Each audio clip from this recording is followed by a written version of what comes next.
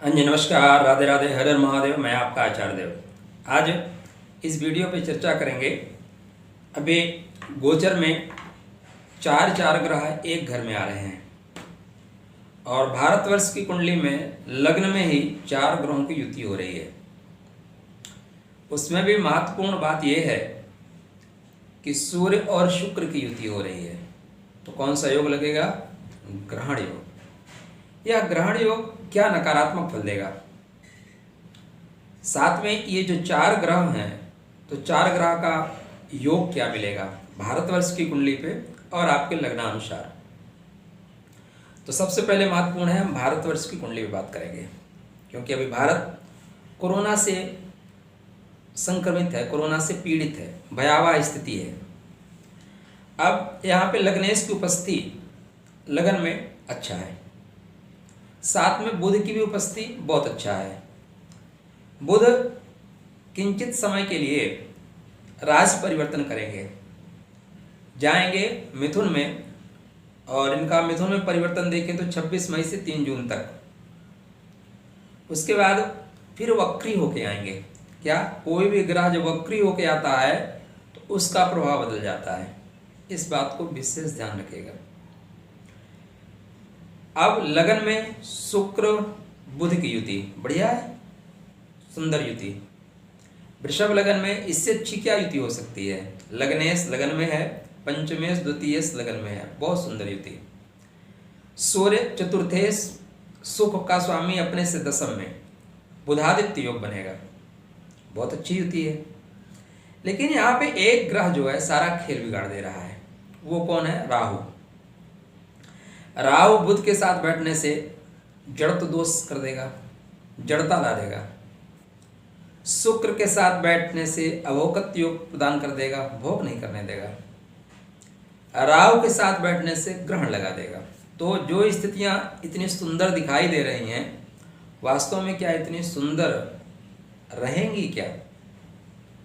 आंखें जो इतनी सुंदर हैं उसमें ज्योति रहेगी क्या? कहने के लिए चार ग्रहों की युति, लग्नेश का लगन में, पंचमेश का लगन में और केंद्र का चतुर्थेश जो है लगन में, बहुत अच्छी युति है। लेकिन एक अकेला राहु यहाँ पे खेल बिगाड़ रहा है। राहु डिग्री वाइज सबसे मजबूत है, 16-17 डिग्री का राहु है, बहुत मजबूत है। अब यहाँ पे आपको ये देखना पड़ेगा कि कैसे कैसे इसका प्रभाव पड़ेगा। देखिए, सूर्यदेव 6 दिन पहले लगभग अपना प्रभाव देना शुरू कर देते हैं। 14 तारीख को ये प्रवेश कर रहे हैं, तो उससे 6 दिन, 8 से 14, 8 तारीख के बाद सूर्य का प्रभाव मिलना शुरू हो जाएगा। अब सूर्य की रश्मियां राहु से कम है, इसलिए यहाँ पे ग्रहण दोष लगेगा। तो ग्रहण दोष का क्या तात्पर्य हुआ? तात्पर्य हुआ सरकार जितनी चीजें आपको प्रदान करना चाहेंगी, या आपके घर में जो सुख उपभोग की सामग्रियां हैं वो आपके सामने हैं, लेकिन जो उपभोग करना होगा तब नहीं मिलेंगी, या उपभोग आप नहीं कर पाएंगे। जनता को गुमराह किया जा सकता है। किसके द्वारा? प्राइम मिनिस्टर के द्वारा नहीं, क्योंकि प्रधानमंत्री स्वतः लगन में बैठा हुआ है, वो गुमराह नहीं करेगा। तो गुमराह कौन करेगा? राहु। राहु जनित लोग, राहु की तरह काम करने वाले गिरगिट टाइप लोग, जो तुरंत अपना स्टेटमेंट बदलते हैं, व्यक्ति समाज के साथ उनको क्या लाभ हो सकता है उसको देख के स्टेटमेंट बदलते हैं। शनि का आप कह सकते हैं अनुचर राहु है, कुत्ता कहना बुरा होगा। तो जो कुत्ते टाइप लोग हैं, ठीक है ना, बुरा नहीं है, देश हित में बुरा नहीं है, जो कुत्ते टाइप लोग हैं वो जहाँ भी पत्तलगिरी वहाँ चाटने चले जाते हैं, या दलबदलू टाइप लोग हैं, वो लोग परेशानी पैदा कर रहे हैं। वो लोग सरकार जो जनमानस को दे रही है उस पर वो ग्रहण लगा के बैठेंगे, ठीक है ना। जो कालाबाजारी हो रही है ये और बढ़ सकती है, और चीज़ें छुपाई जा सकती हैं।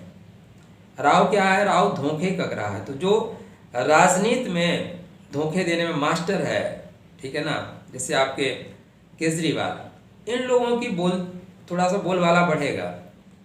ये लोग नया षड्यंत्र भी रच सकते हैं। अब सरकार तो इनको दे रही है, लेकिन राहु बन के वहाँ पे ग्रहण लगा दे रहे हैं। माने जो भी सरकार की योजनाएं हैं उसको पर्दे में रखो, लाभ उठाओ, और जरूरत है तो नाम मैं अपना लगाऊंगा। लेकिन शुक्र भी यहाँ पे स्वग्रही है।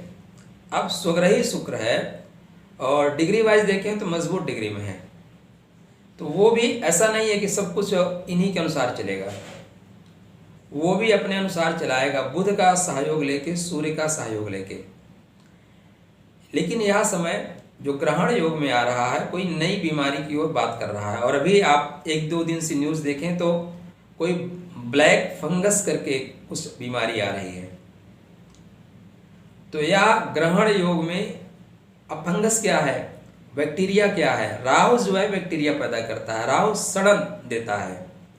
और ये जो ब्लैक फंगस है बहुत ही खतरनाक बीमारी है, माने इसमें 50% लोग धराधाम को छोड़ देंगे, या जहाँ पे हो जाएगा उस पार्ट को निकालना पड़ता है। नाक में हो गया तो नाक को निकालना पड़ेगा, आँख में हो गया तो आँख को निकालना पड़ेगा। और ये उन्हीं पे अटैक कर रहा है जो थोड़े से वीक है, थोड़े से कमज़ोर है। अब लगन में बनता हुआ ग्रहण योग ये इस बात का इशारा कर रहा है कि आने वाले समय में ये ब्लैक फंगस बढ़ेगा। और खासकर अगर आप गृहीय स्थिति देखें तो 28 मई के बाद ये बढ़ेगा, द्रुत गति से बढ़ने का योग बन रहा है। मेरे बताने का तात्पर्य आपको डराना नहीं है, मेरे बताने का तात्पर्य आपको सजग करना है। अगर आप सजग रहे, आप सावधान रहे तो आप परेशानियों से बच जाएंगे।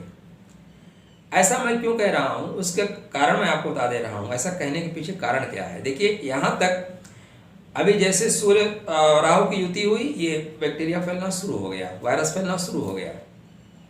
पहले भी था लेकिन अभी इसका जोर ज़्यादा है। अभी जैसे जैसे सन्निकट आएंगे वैसे वैसे क्या होगा, इसका प्रभाव ज़्यादा फैलना आरंभ हो जाएगा। लेकिन इस पे जो है रोक लगी रहेगी। क्यों रोक लगी रहेगी, क्योंकि वहाँ का स्वामी यहीं बैठा हुआ है। लेकिन जैसे उस लग्नेश वृषभ का स्वामी मिथुन में प्रवेश किया, ठीक, तो अपने लग्न से दूसरे घर में चला गया तो लग्न को नहीं देख पाएगा, तो यहाँ पे राहु जो है प्रभावी हो जाएगा, वो सूर्य को बिल्कुल कैप्चर कर लेगा और तब इस तरह की बीमारियां ज़्यादा बढ़ेंगी। इसलिए आप लोग सावधान रहें। ये चतुर्ग्रही योग क्या क्या फल देगा आपकी कुंडली में, मेष लगन से लेकर मीन लगन पर्यंत तक क्या क्या फल आपको सुन देगा। तो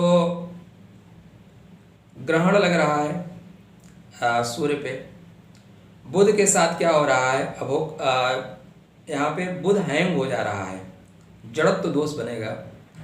और शुक्र के साथ लगेगा अभोक्तृ योग, माने भोग नहीं करने देगा।